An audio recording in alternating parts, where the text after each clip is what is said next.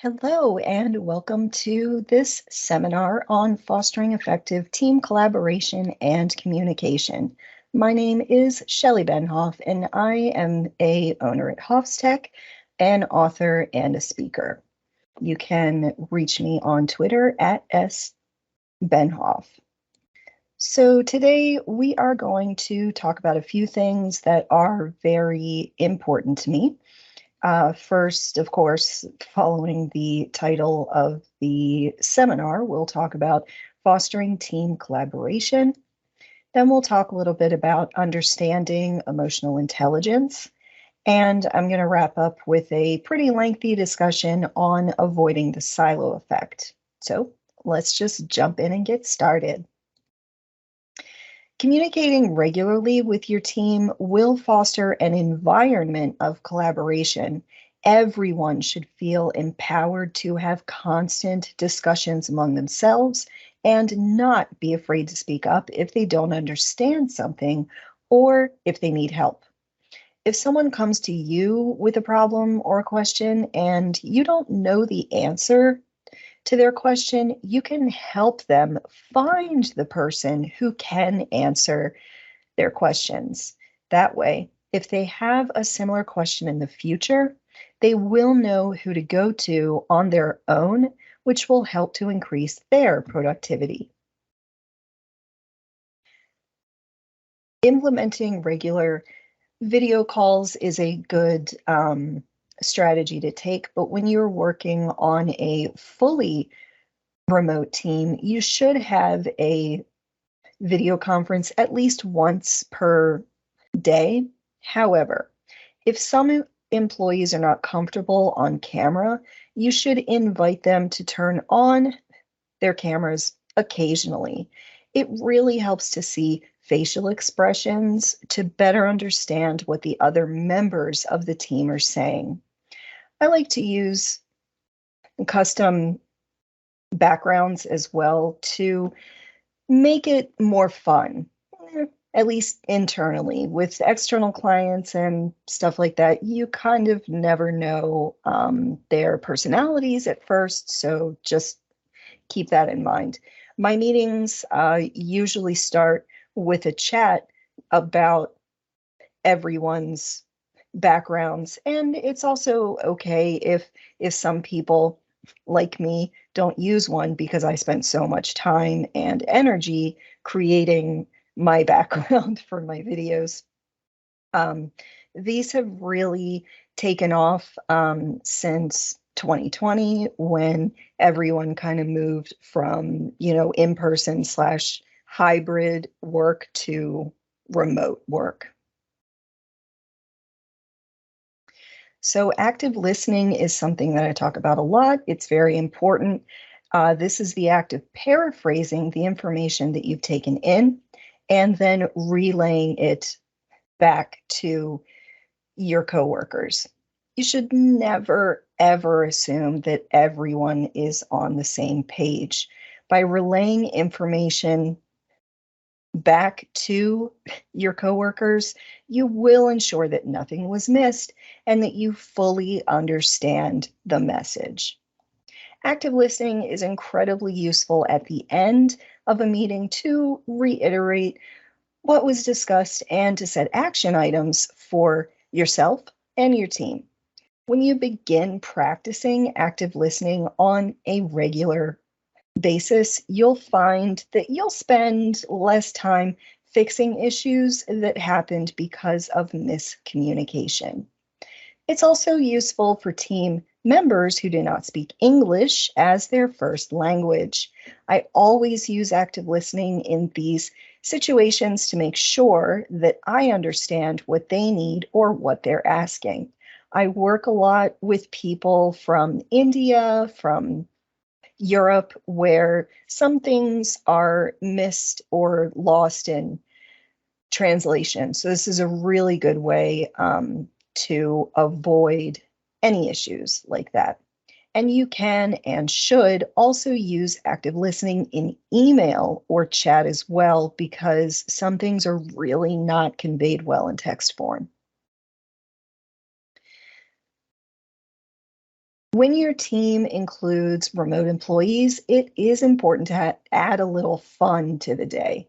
Without the ability to talk to other employees in person, remote employees tend to feel isolated. This can result in lower productivity if they're not included in important conversations about the work the team is doing. It's a good practice to create a virtual water cooler or a place where your employees can chat about the news of the day. Some of my favorite examples of this are companies that use, Teams or Slack. The most popular channels are the ones with pets, movies, or music. And I will also add food. I've started to add that to the you know, crazy amount of communities that I'm a part of and that I run. And now more than ever, and anybody that has watched my content before knows that I am very, very passionate about having open discussions about mental health. Companies are really prioritizing starting an open conversation about mental health at work, especially. This is a really important step in the evolution of management practices so that employees can have a safe space to talk about their issues. That way, they can connect on a more personal level and enforce teamwork. If something is happening in someone's personal life and it is impacting their work, if they want to talk about what's happening with teams, then they should be supported. So, creating a communication plan is a great way to kind of plan out or tell people what is the purpose of each communication tool or channel, including email, Teams or Slack, text, and any other channels you have available. Communication plans list where and how to communicate with external clients. This is incredibly important because you want to be consistent in your messaging to ensure that everyone is on the same page, and this will also really help to increase productivity. Communication plan details when it is appropriate to communicate with internal coworkers. And here's a hint, that is not while they're on vacation. And my rule is that no one can text me while I'm on vacation unless it is an emergency. This should also state what constitutes an emergency, because without that, some people tend to think that everything is an emergency, and when everything is an emergency, nothing is an emergency. So in order to create a good communication plan, you should include a timing column that details what is a reasonable amount of time to respond to messages from that specific channel. For example, if it's an emergency, you would want an almost immediate answer. But if it isn't, especially if it's email, email conveys that it is not an emergency, usually. A text is usually an emergency. A call is a super emergency. Who calls anybody anymore? All right, moving on. Emotional intelligence is another thing that I talk about a lot. This is the ability to accurately perceive your own and others' emotions, to understand the signals that emotions send about relationships, and to manage your own and others' emotions. When leaders lack emotional intelligence, it could have more far-reaching consequences, resulting in lower employee engagement and higher turnover rate. The key step to becoming emotionally intelligent is to raise your own self-awareness. When you understand how you're feeling and why, You will be able to assess the impact that your feelings have on your own behavior. This is a very hard step because it often unveils toxic traits that you exhibit. And just know that no one is perfect. I mean, I'm far from it. I teach this stuff, but sometimes I don't take my own advice, you know? It just happens. This is a process. As long as you are constantly trying and improving, that is a great step, honestly. And when you are emotionally intelligent, this will help you to manage your working relationships. Leaders who are emotionally intelligent influence, coach, and mentor others, which leads to effective conflict resolution as you are able to have tough discussions with your employees and coworkers. Radical empathy, another thing I talk about a lot. um, Radical empathy is a concept that encourages people to actively consider another person's point of view in order to connect more deeply with them. Today, this trait enables us to see and understand another person's point of view. It promotes tolerance, thoughtfulness, and kindness, which go a long way to forming trust between you and your coworkers. Trust is so important. When there's no trust on your team, it can become toxic very quickly. People will have private conversations, form cliques, and become disengaged from their work. So, how do you practice radical empathy? It's not easy. First, you need to understand that you never know what someone is going through. The past few years have been difficult for everyone around the world. If someone is having a bad day, that doesn't mean they're always going to be like that. Understanding that people aren't perfect or even consistent will go a long way to help you work with others both inside and outside of your team. I have seen this a lot where people want to stay in their comfort zone, but they're constantly thrown into something that is way outside of that zone. Now, this can really rattle people, especially introverts. Well, it is a good practice to encourage others to go outside of their comfort zone. If they resist, then really don't push it. There may be many things happening in their personal life. They have, a really heavy workload, health issues, etc. It's okay to stay in your comfort zone if that is what you want. And finally, you should learn to use encouraging and comforting words and don't make someone keep pushing if they obviously need a break. Learn to recognize when your fellow coworkers are struggling and lend them a helping hand. For example, if your coworker is overwhelmed and working overtime, and you are not, offer some encouragement and check in on them while they're working off hours. This will really help them to not feel alone, and it'll also go a long way to building a good working relationship. You don't have to be friends with everyone you work with. In fact, you can even not like a person personally, but you are required to respect everyone who you work with professionally. Now let's move on to the silo effect. I have a good long presentation on this topic. A silo on a farm prevents grains from mixing. This can also be compared to each team within an organization existing within individual silos. A lack of information, communication, and common goals between teams is referred to as the silo effect.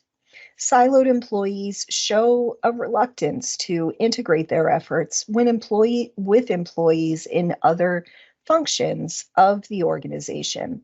Silos can be formed in individual teams, such as development, marketing, customer service, UX, UI, and so on, when the emphasis is not placed on external communications.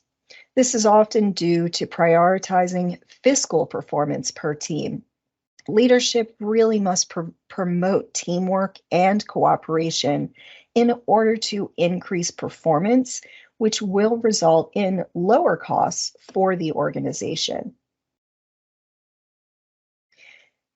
Even if teams communicate effectively among themselves, they may not communicate with others outside of their team. The most common result of the silo effect is that productivity suffers.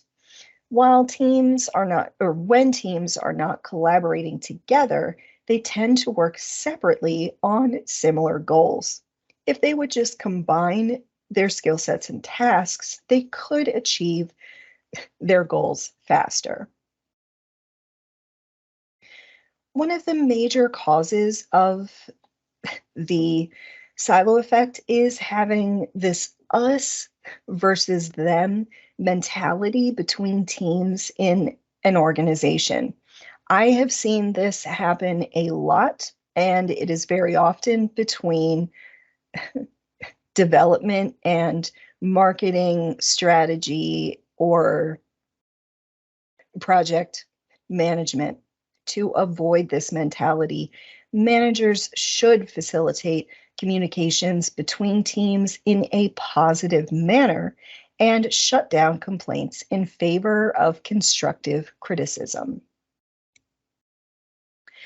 Another cause of the silo effect is conflicting priorities among teams. They are often, conflicting priorities can reinforce siloed behavior because they're often tied to goals with compensation. This can drive teams to prioritize their own tasks in order to meet their goals in order to receive the extra compensation. Sometimes conflicting priorities are unavoidable, of course, but managers should strive to align the priorities across all teams. Silos can also exist within teams. You need to ensure that you're not propagating the silo effect mentality within your team. You should make sure that your physical office space is conducive to collaboration, as well as the communication technologies that you use for remote and hybrid employees. You can also move your employees around on different projects so that they have a chance to work with as many people as possible. And this can really, really help to forge relationships, make people more comfortable on teams, especially in meetings, because sometimes when people aren't familiar with a team, they won't always offer opinions, which is not what you want. You're hiring people for their expertise. You want them to be comfortable.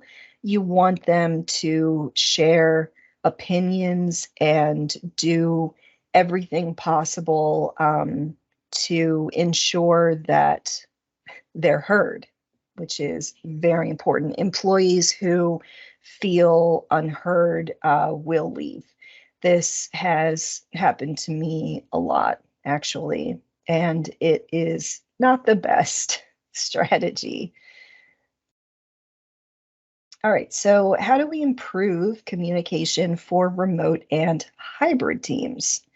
I will say, I know I said earlier to have a Zoom or Teams meeting once per day. But just keep in mind that when you sit on video calls all day, you may experience what is known as video call fatigue or Zoom fatigue. It's important to consider the communication channels for remote employees, especially so you do not overschedule them. I've had a lot of jobs where, I'm a dev and I sit in meetings all day and then I don't have time to actually code, you know? So it's good if an employee tells you up front that they don't have time for a meeting, and of course, assess whether or not the meeting could be an email. The other thing is meetings don't have to be an hour. They don't have to be a half an hour. They can be 10 minutes or just a short check-in, because if you're emailing a person, right, my rule is really if the email is more than like 3 paragraphs, just just have a meeting, um, honestly, because it won't take as long, it is more to the point, and it will really help you increase productivity on your team. Just make sure that it's not too many meetings. Practicing empathy is also a good way to promote camaraderie on your team. When you and your team are understanding of the lives of others outside of work, this will help to form strong bonds on your team. Working remotely, we're often faced with having to take care of children or family um, during the work day, or something else that takes us away from our keyboards for a moment. It is important not to expect instant replies from your team all day long. If they're not, if they are productive, it should not matter if they are late to a meeting occasionally, if they, are not responsive. And I will say that it is up to that person to let the team know they're away. Either the Teams or Slack, status, or Skype too is still in use, I guess. I'm not sure about Hangouts. I don't think that is a thing anymore. But anyway, yeah, so if a person is productive, and the other thing I will say is that a lot of companies want, or a lot of companies say that they have, standard working hours. However, then they also say that their hours are flexible. That's a conflict. That's not offering a flexible anything, especially if people are constantly asked to work overtime, evenings, weekends. I have definitely had a lot of jobs that pretty much just expected me to work 24/7, and that won't help anybody, honestly. I went off on a little tangent there, but the last thing, this is actually an interesting concept to promote over communication. This is a great way to avoid under communication, which of course leads to miscommunication. You should strive to strike a good balance so that you do not over communicate so much that your messages are actually distracting to your coworkers. This is something that I have struggled with. I was taught this skill a long, long time ago. And when I first started it, I definitely went overboard. So, an example of this would be after a meeting, right? I would have, or I would send meeting notes afterwards. And then I would also pinpoint each person's opinions as well, and then privately send that to them. But that didn't really help because that conversation should really include the whole team. And then also, it was too much too much communication for a pretty simple task as well. So avoid the mistakes I made. Another good way to avoid the silo effect is to blend skill sets. You should empower your employees to go outside of their comfort zones from time to time, as I said before, because we work in a rapidly changing industry. And that means that roles often shift as new trends emerge, and we really have to stay, on top of that. Without staying on top of trends, your overall processes will become outdated. Outdated processes are really, really bad for productivity, and a lot of people avoid change. It is human nature to stay comfortable. We all want to be comfortable, right? And happy, and stable. When change comes along, it's like people are uncomfortable and are thrown into something that they aren't prepared for.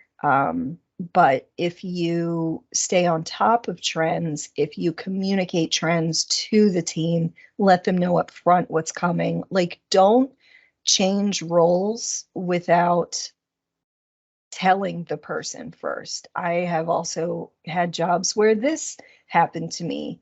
I was not prepared, I was not supported, and so I failed.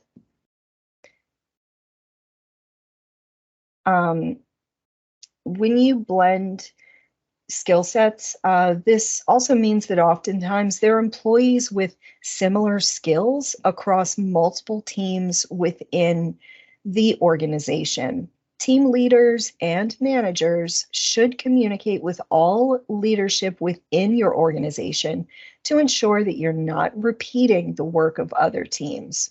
When you're repeating work, that really kills productivity.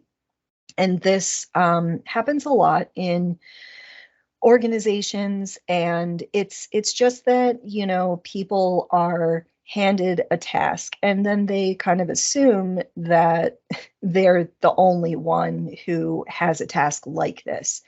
So leadership should really understand what's happening across teams as well. And this will really help to put people together who are working on, um, you know, similar goals, and who can collaborate in order to get the work done faster and smarter. Work smarter, not harder.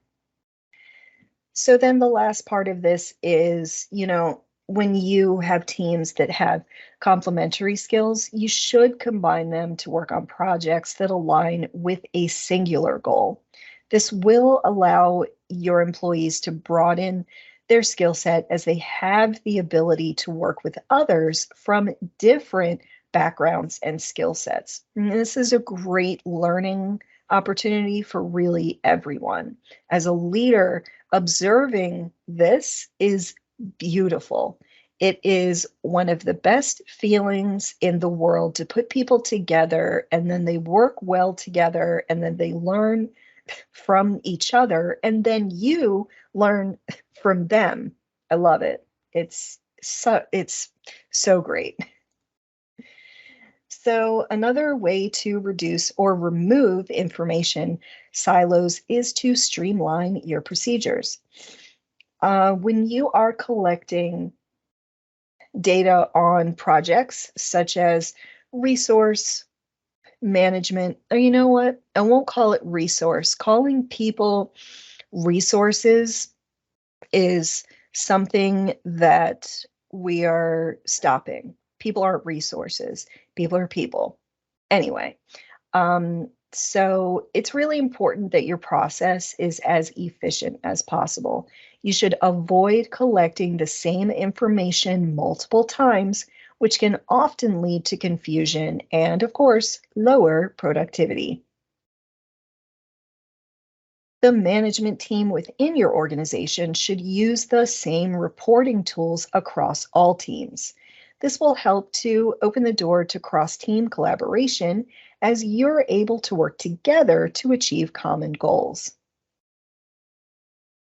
And all information on your projects, policies, and procedures should be well documented and stored in a central location or repository. That way, your team and other teams within your organization will know where to find the key information that they are looking for. All right. Another good thing to do is schedule virtual happy hours because this can help your team connect casually on a personal level. This can really help your team overcome conflict when it arises because they will understand each other better and where everyone is coming from. There are many platforms out there to help you manage your virtual happy hours, including Microsoft Teams and Slack, Zoom, Skype, all of that. Um, if you have a large team, consider using something like Zoom. I'm not sure if Teams has this. Oh, it looks like it does. Okay. So, what you want to do is if you have a team, I would say of more than like 10 people, you want to use rooms or breakout rooms to split your team into smaller groups because it's really hard for people to be heard in a large group.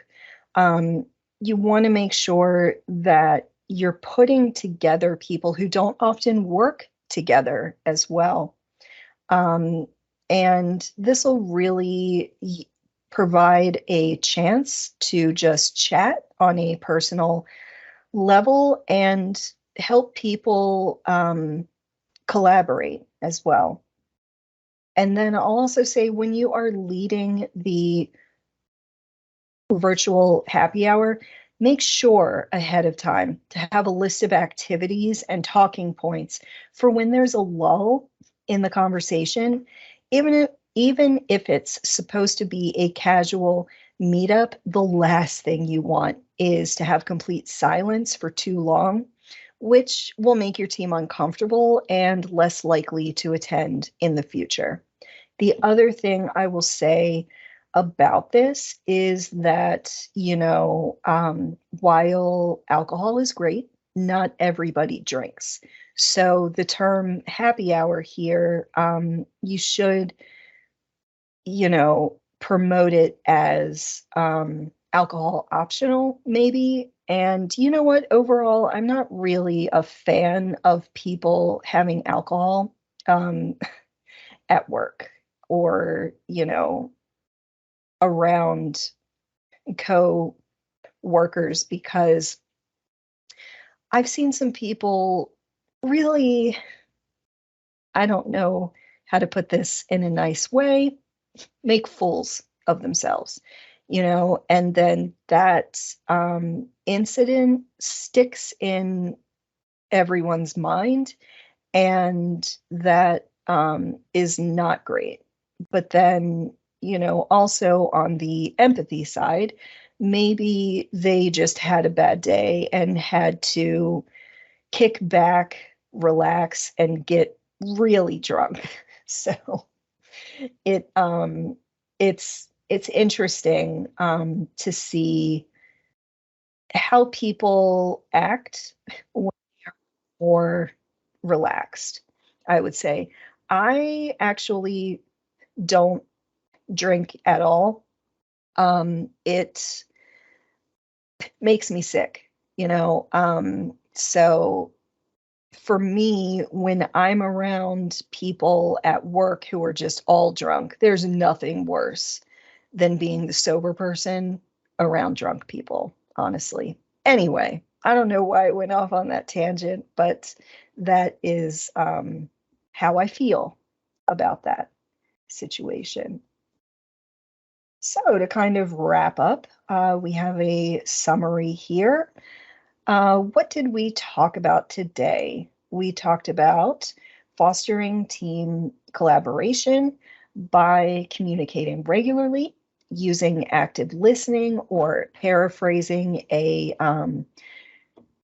message and relaying it to the person who, said it. And then also creating a communication plan. These are all very good ways to make sure that everyone's on the same page. So then we talked about understanding emotional intelligence. This includes self-awareness and utilizing radical empathy.